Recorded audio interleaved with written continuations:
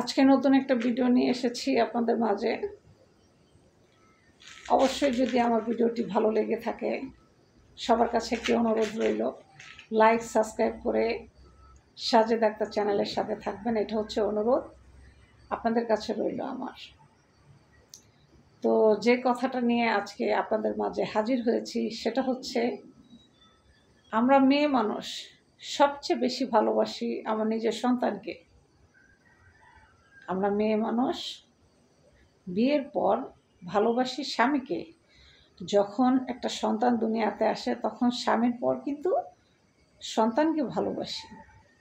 আমরা প্রত্যেকটা বাবা মাই, সেটা রাজকন্যা হোক বা রাজপুত্র হোক, আমরা সন্তানকেই ভালোবাসি। আপনারা কে কে একমত অবশ্যই কিন্তু আমাকে জানাবেন।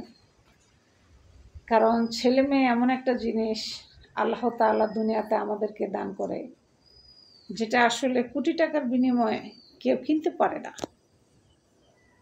আর আল্লাহ তাআলা কোটি টাকার বিনিময়েও সবার ঘরে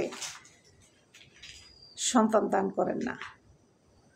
দেখবেন এমন কিছু মানুষ আছে কোটি কোটি টাকা ভাঙা ফালায় একটা সন্তানের জন্য, আল্লাহ যেন একটা সন্তান ঘরে দেয়, কিন্তু আল্লাহ তাআলা কিন্তু দেয় না। ঠিক আছে, আল্লাহ তাআলা একটা সন্তান দেয় না। একটা গরিবের ঘরে দেখবেন 10টা 15টা সন্তান হয়ে যায়, একটা কোটিপতির ঘরে দেখবেন একটা সন্তানই আল্লাহ দেয় না, অথচ তার অর্থ সমস্ত কোটিপতি, বাড়ি গাড়ি, কোনো কিছুর অভাব নাই, কিন্তু তারপরও তার ঘর হচ্ছে অন্ধকার। তার ঘর কিন্তু আলো না, তার ঘর হচ্ছে অন্ধকার। তাই আমরা পৃথিবীতে সবচেয়ে বেশি হৃদয় দিয়ে বা হৃদয়ে থেকে যদি কাউকে ভালোবাসি, সেটা হচ্ছে নিজের সন্তানকে। সন্তান আমাদেরকে কতটুকু ভালোবাসে সেটা হচ্ছে পরের সাবজেক্ট, কিন্তু আগের সাবজেক্ট হচ্ছে আমরা সন্তানকে প্রচণ্ড পরিমাণে ভালোবাসি, সেটা হচ্ছে একদম হৃদয় থেকে। আর সবচেয়ে বড় কথা হচ্ছে বাবা মার ভালোবাসা, এটা হচ্ছে নিঃস্বার্থে ভালোবাসা।